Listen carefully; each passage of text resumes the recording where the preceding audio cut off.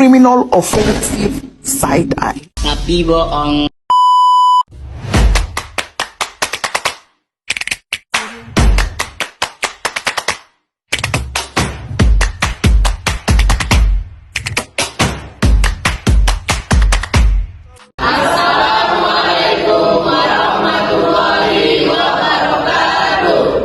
Perkenalkan, kami dari kelompok Kecepom. Saya Abdul Basit Fikri. Saya Rizky Ramadan. Saya Tara Aliska. Saya Alicia. Saya Putri Nugali. Saya Ahmad Mulia.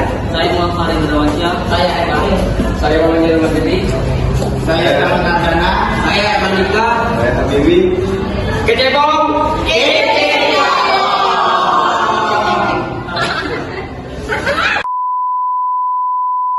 2,000 years later.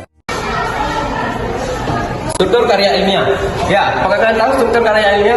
Struktur karya ilmiah itu terbagi menjadi 3 bagian. Yang pertama bagian awal, bagian inti, dan bagian akhir. Bagian awal berisi judul, abstrak, kata kunci, pembahasan, nama penulis, dan lain-lain. Yang kedua adalah bagian inti. Bagian inti berisi pendahuluan, metodologi penelitian, dan kerangka teoritas. Yang ketiga, yang terakhir adalah bagian akhir. Bagian akhir ini berisi tentang daftar pusaka. Terima kasih. Yang pertama judul. Judul itu harus disingkat, padat, dan jelas. Judul diperlukan saat karya ilmiah remaja karena pada audiens itu membutuhkan judul biar mereka tahu apa karya ilmiah yang ingin kita kerjakan.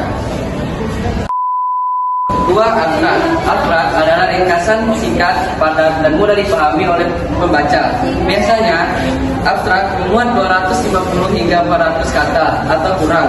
Abstrak berisi pokok masalah, tujuan, metode, data, dan kesimpulan dalam bentuk paragraf. Selanjutnya ada kata kunci. Kata kunci mewakili topik sesuai bidang ilmu yang dikupas atau dianalisis dalam karya ilmiah tersebut. Nama penulis dan afiliasi. Nama penulis artikel ilmiah ditulis tanpa menggunakan gelar nama bahang dan tidak boleh disingkat karena akan digunakan setiap dikutip oleh orang yang bukan penulis karya ilmiah tersebut sebagai acuan. Bagian inti terbelah menjadi 3, yaitu 1A menjelaskan pendahuluan merupakan bagian menjelaskan mengenai latar belakang, rumusan, masalah, tujuan penelitian, dan manfaat penelitian dan yang lainnya. Kerangka teoritis. Kerangka teoritis disebut juga dengan landasan teori atau kajian pustaka kerangka teoritis. Isi penjelasan mengenai kajian beberapa peneliti sebelumnya dan kajian teori dengan relevan topik pembahasan. Metodologi penelitian berisi langkah-langkah atau prosedur penelitian yang mencakup persiapan, tujuan, data, kumpulan, data pengolahan, dan pelaporan, serta bagaimana kita mendapatkan semua metode penelitian dengan bahan alat serta bahan-bahan yang kita perlukan untuk menjadi karya ilmiah remaja. Pembahas dan kesimpulan saran. Pembahasan menjelaskan makna yang terungkap dari hasil penjelasan. Ini juga mengenai makna ilmiah terhadap simpulan yang harus mengaji kepada tujuan pada simpulan. Tujuan harus terjawab dengan tegas hasil penelitian. Sampaikan pada adanya walaupun kurang sesuai dengan adanya teknik awal.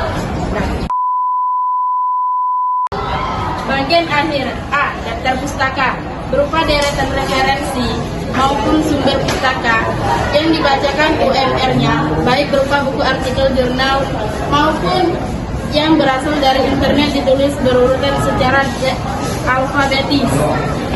B. Lampiran.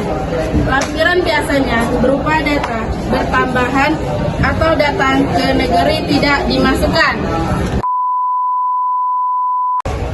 Ciri-ciri bahasa yang digunakan dalam karya ilmiah biasanya bersifat lugas, mematuhi kaidah-kaidah gramatika, dan bebas dari ketaksaan, yakni tidak bersifat ambigun. Oleh karena itu, karya ilmiah memerlukan ragam bahasa yang objektif, reproduktif, dan menggunakan kata yang bermakna denotasi. Kalian tahu nggak objektif? Objektif ada dalam Kamus Besar Bahasa Indonesia dijelaskan bahwa objektif adalah mengenai keadaan sebenarnya tanpa dipengaruhi pendapat atau pandang pribadi menurut Sapa dan Nerina. Yakni objek artinya setiap pertanyaan ilmiah dalam karyanya harus didasarkan kepada data dan fakta. Dalam pertanyaan objektivitas karya ilmiah diantaranya ditandai dengan penggunaan kalimat pasif. Kalian tahu nggak,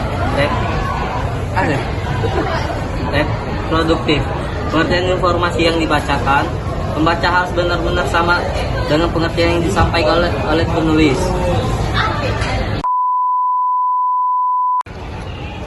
Halo semuanya, kalian tahu nggak sih apa yang dimaksud dengan denotatif?